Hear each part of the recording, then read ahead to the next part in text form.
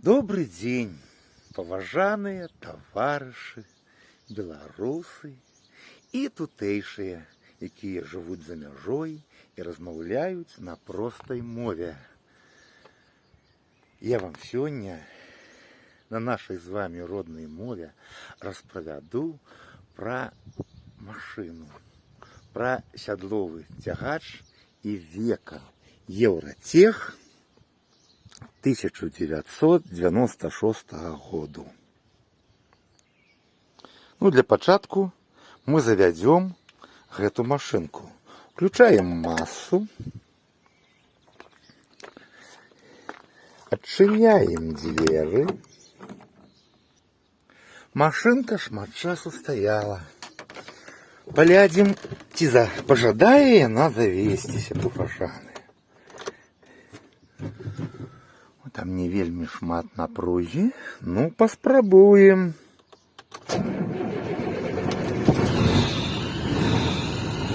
Пішчыць рэмень. Акумулятор падсеўшы. Больший дух застаўся у паветранай сістэме.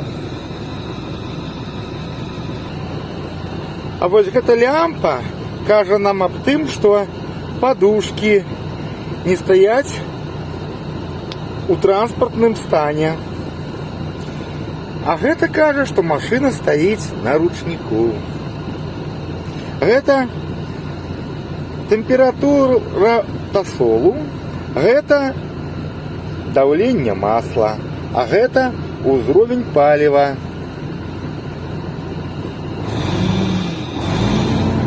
Гэта вось тахометр. Прабачце. Так, тахометр. А гэта тахограф, я ўжо забыўся, як што называецца. А вось гэта прабег машыны. Машына, прайшоўшы 1,5 мільёна кіламетраў.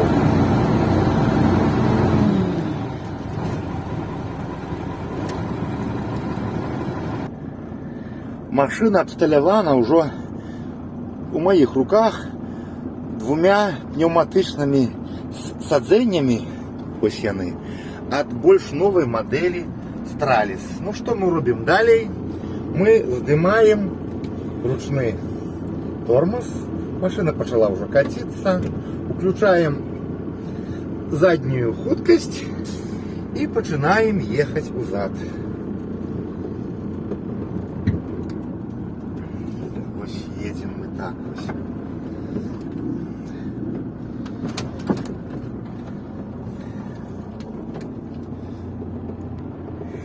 Як машына была новай, яна глушылася выключэннем зажигання. Але тыя рэлюшкі, якія там стаяць, бывае, яны дрэнна працуюць, і потым машына не хоча заводзіцца. І таму я ўсе машыны пераабсталяваў глушыць горным тормозам. Вось тут во. Каб больш дакладна ведаць, як усталявана машына, мы падымем кабіну. Каб падняць кабіну, трэба для пачатку адчыніць перад, каб ён не сапсаваўся. Вось так вось. Адчыняем перад, а потым працуем. Вось тут манціроўкай шыпіць, таму што я ўжо пачаў падымаць кабіну. Таму што я ўжо пачаў перад тым, каб не дымаць ваш час. Вот паважана, як яно адбываецца. Бачыце, вон там уже уздымаецца ўверх. Я пакуль не буду псаваць ваш час. Вось я высока не уздымаў, бо тут стаіць паліўны бак на 30 літраў саляркі да аўтаномнага тапіцеля, каб яго не здымаць, каб не пэцкацца, а потым цяжка яго вельмі распаветраць. Вось мы маем брухавік 420 конскіх сіл з механічным паліўным насосам. Насос кіруецца звычайным вось тросам. І вось тут глушылка, гэта штучка глушыць. І як я нажимаў глушылку горнага тормоза, яна сюды падключана на гэты цыліндрак, так выключае рухавік. Гэта помпа нізкага ціску. Вось тут могла быць механічная падкачка, але у векаў механічнай падкачкі тут няма, яна стаіць вось на фільтры нізкага ціску. А вось фильтры высокой очистки. Вот яны стоят, два фильтра. Тут у нас стоит турбокомпрессор. Там спереду стоит пневматичный компрессор. Вот тут стоит кулиса. Вот тут стоит сплиттер.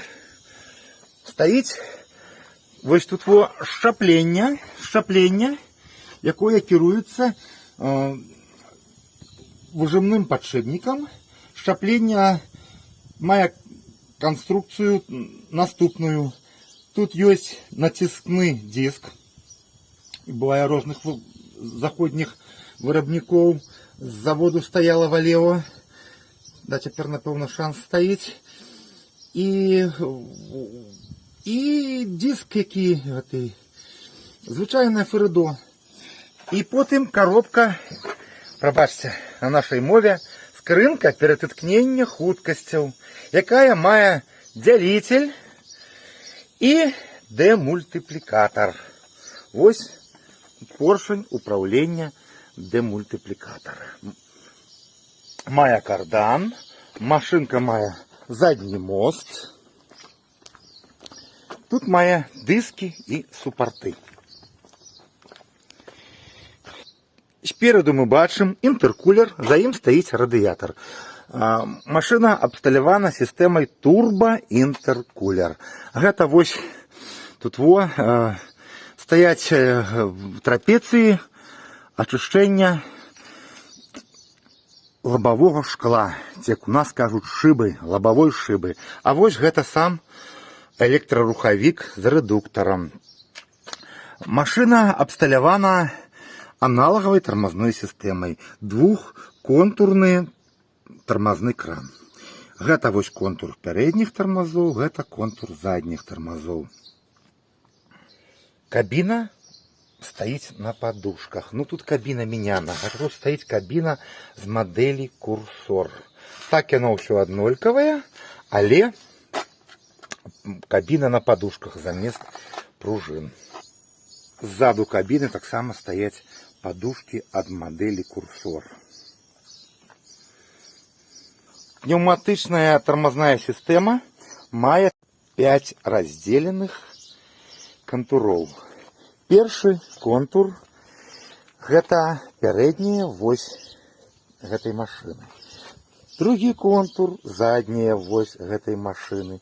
А вось чатырохкутны зберагальны клапан, які абараняе 4 контуры, а 5-й контур зберагаецца аднакутным клапанам.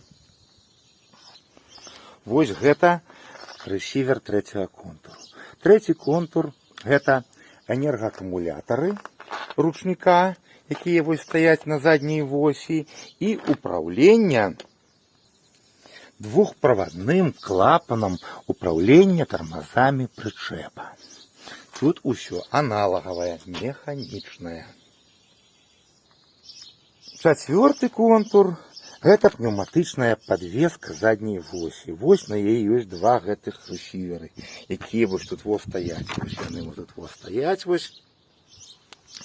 Але так здараецца, што зімой яны заўсёды перамярзаюць. І я на ўсіх машынах вось адсюль Вова пусціў трубку. І яна выйдзе сюды у контур тармазоў задняй восі, якая ніколі не перамярзае. І тады мне заўсёды працуюць подушки. 5-й контур гэта дапаможная сістэма, якая дае дух у подушки кабіну ва ўсе 4 зад і перад, у управление сплиттером. Вот тут вот переключаются этим вот тут солдатиками переключаются повышенные, пониженные демультипликатора. Вот его поршень. Так само там снизу стоит управление, отсюда не бачно, делителем. Так само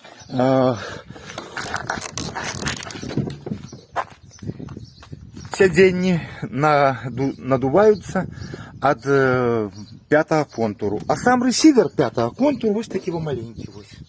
Ён абаронены аднабаковым зберагальным клапанам. Вось гэта стаіць гідраўзмацняльнік руля. Таксама, як і скрынка ператыкнення хуткасцей, гэта вырабніцтва нямецкага прадпрыемства Центр Фабрик ZF. Вось гэта расшыральны бачок, а каб на зямлю не выліваўся лішні тасол, ён выліваецца вось у гэтую маленькую вось такую вось пасудзінку. Там таксама ёсць клапан параваздушны. Там дзесьці ён бачны. То есть, калі у вас пабіўся, то нічога страшнага. Просто будзе ліцца на зямлю. Бак Ивеко арыгінал, мае ён 600 літраў паліва. Я яго буду абразаць, буду рабіць пад 400 літраў. Бо ён шмат разоў вараны. Шчапное сядло вырабніцтва Джост. Адчыняецца вось гэтай ручкай, а вось гэтай сабачкай запіраецца. Кабіна абсталявана спойлерамі. У залежнасці ад ціску паветра, ад хуткасці руху, зберажэння паліва можа быць да 30% ад наяўнасці такіх спойлераў. А вось вы падумаеце, усё сказаў дзядзька, а пра гэты рэсівер нічога не сказаў. А паважаны гэты рэсівер падключаны гэтым вошланжыкам да рэгулятора ціску. Вось тут выйдзе жалезная трубка вось да кампрэсара. Тут яна ідзе па ўсей раме, вот тут эта трубка. Яна ідзе кругом машыны спераду перад інтэркулерам, аж да самого вось кампрэсара.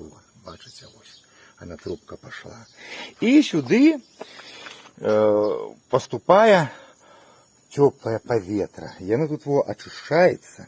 І для таго, каб зрабіць ачыстку, яго самая простая схема гэта збоку стаіць рэсівер. Вось гэты рэсівер вычышчае, ён сюды накачваецца 12 атмасфер паветра, а потым прачышчае ўсю сістэму, каб вада і алей не патрапілі ў тармазную сістэму машыны. Гэта машынка адна з самых жывуч машын трасы. Ну, таких, як гэта машын, амаль няма. У яе толькі быў адзін канкурэнт. Гэта, вядома, папярэднія мадэлі Ивеко Турбостар, Турботех. І вось гэта машынка Volvo. Таму што яна таксама на механічным паліўным насосе. А ў чым паважаная такая вартасць? А вартасць у тым, што ніякай электронікі няма. І можна вывесці вось драціну, дай бог, каб там не ўключылася перадача, і такім вось чынам завесці машыну. Ой. Вось бачыце, вось такім чынам машына заводзіцца. Не трэба нічога ўключаць, нікуды лезці.